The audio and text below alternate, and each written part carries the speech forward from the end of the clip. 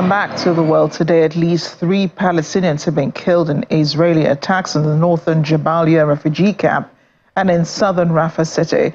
The Israeli air attack on Jabalia targeted a house, killing 1 person and wounding several others. Now in Rafah, an Israeli drone attack on a civilian vehicle killed 2 people. According to the Gaza Health Ministry, at least 31,341 Palestinians have been killed. 73,134 wounded by Israeli attacks since October 7. Meanwhile, U.S. Secretary of State Antony Blinken says Washington is attempting to set up a multinational humanitarian corridor for Gaza as part of the wider strategy of flooding the zone with aid. The U.S. announced last week it will be building a temporary pier on Gaza's Mediterranean coast, which will enable the distribution of up to 2 million meals a day in the Palestinian enclave. Now elsewhere, French President Emmanuel Macron and members of his cabinet have condemned a group of pro-Palestinian student demonstrators at Paris's Sciences Po University for allegedly insulting their Jewish peer. Criticism came on Wednesday, a day after the Union of Jewish Students in France said the pro-Palestinian group prevented one of its members from entering a lecture hall shouting, "Don't let her in, she's a Zionist." President Macron told the cabinet the remarks were unspeakable and perfectly intolerable. We're hearing from Israeli Prime Minister Benjamin Netanyahu on his expectations of meeting relatives of 22 captives believed to be held in Gaza. Israeli media said the visit comes amid ongoing protests in Tel Aviv, where 40 relatives are demanding a deal with Hamas to bring the captives back. That meeting, which will take place at the Kira compound in the Israeli capital today, will be the first since January 31st.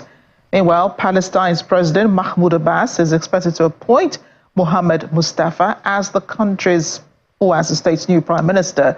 The 70-year-old is the current chairman of the Palestine Investment Fund. He also serves as Deputy Prime Minister for Economic Affairs, as well as Prime Minister and Minister of National Economy. He served from 2013 to 2015. Outgoing Prime Minister Mohammed Shtayyeh, announced the resignation of his government, which rules parts of the occupied West Bank, on February 26 due to escalating violence in the occupied territory and Israel's war on the Gaza Strip.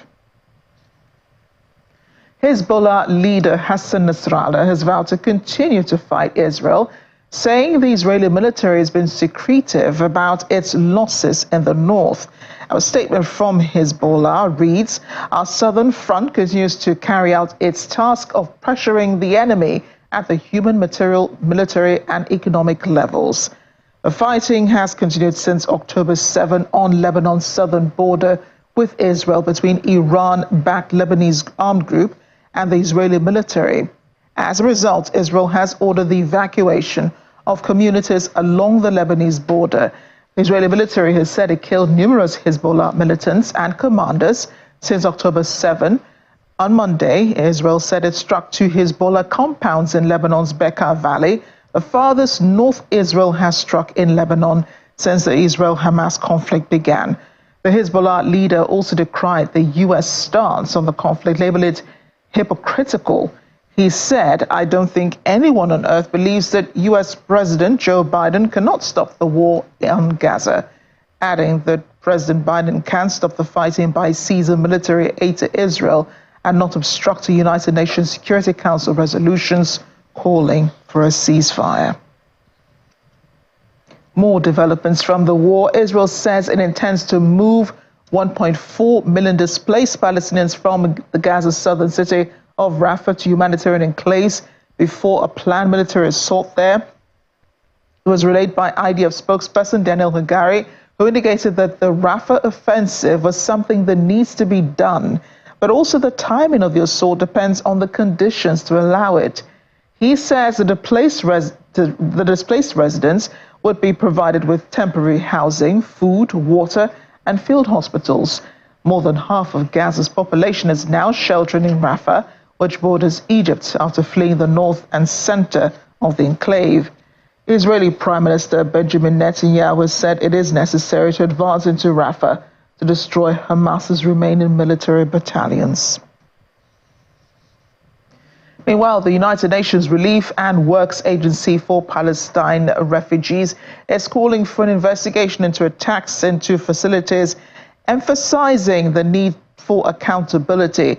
UNRWA's Commissioner General Philip Lazzarini's call follows an Israeli strike that killed 6 Palestinians and wounded another 22 people at a food distribution center in Rafah. At least one UNRWA staff was among those killed. Lazzarini says the attack comes as food supplies are running out. Hunger is widespread, and in some areas, it's turning into famine. He says the coordinates of all UNRWA facilities across Gaza are shared with parties to the conflict. Well, South Africa is back in the news. The country's Foreign Minister Naledi Pandor said citizens who have been fighting in Gaza with the Israeli Defense Forces will be arrested upon their return to the country.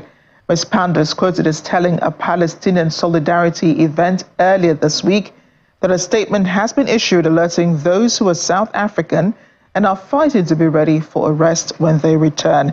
And it's not clear how many people that this could affect. South Africa has already warned citizens that it may be liable to prosecution. They may be liable to prosecution if they fight with the IDF. South Africa has been at the forefront of the diplomatic opposition to Israel's war in Gaza, which has sparked the killing of more than 1,200 people and kidnapping of more than 200 others in October. It launched a case at the International Court of Justice to consider whether Israel is committing genocide against Palestinians in Gaza.